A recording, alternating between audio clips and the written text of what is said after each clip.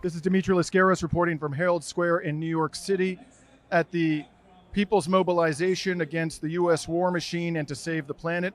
And I'm here today with Margaret Kimberly of Black Agenda Report, who just spoke on stage and addressed the crowd here today. Thank you very much for joining us, Margaret. Thank you. Thank you for having me, Dimitri.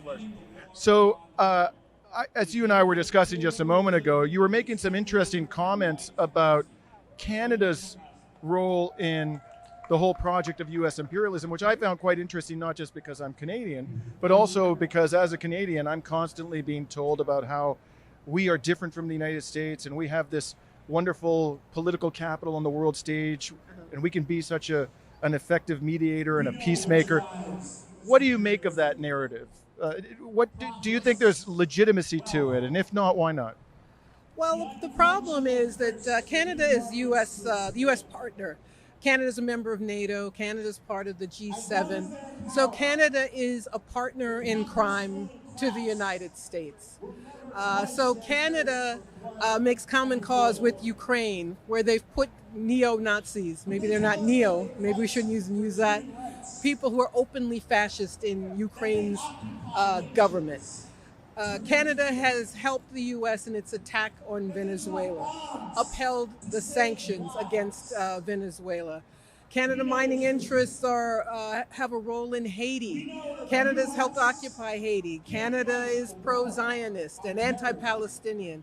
So this image of Canada as being somehow better than the U.S., which is damning with faint praise. It's not hard to be better than the U.S., I guess, in its domestic policies.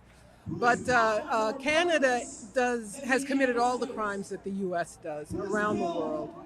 And I spoke about that because Prime Minister Trudeau has been in the news because of the scandal about his appearing in blackface, which is not something that should be overlooked. He should be condemned for that.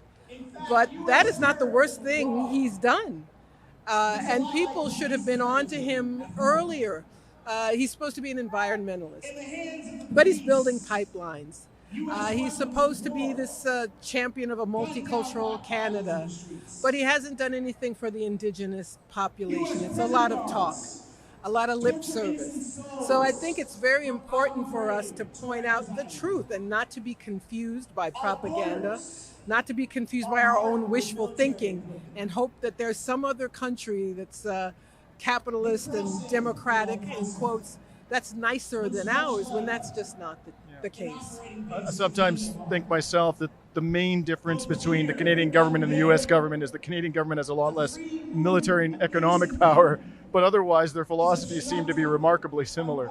But I want to go back to the blackface issue because a lot of people in Canada I think are not necessarily grasping how offensive this is to members of the African American community, the African Canadian community. Why is that something that we should be concerned about?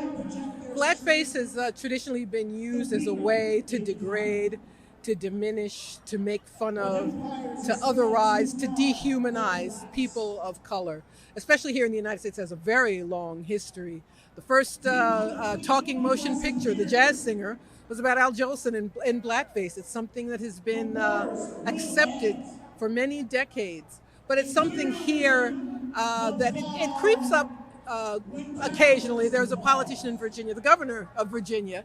It was revealed, same thing, there were photos of him in blackface as a young man. But it's something that is not acceptable ever. It isn't funny. It is obviously racist. And it's a way to make black people and brown people less human and less deserving of their human rights. And so Trudeau has, talked about the fact that this happened back around 2001, and I believe he was in his late 20s at the time. He was a teacher, suggesting that in that day and age, which was 18 years ago, he can be forgiven, even though it was certainly the wrong thing to do, and he's admitted that. He can be forgiven for having done it.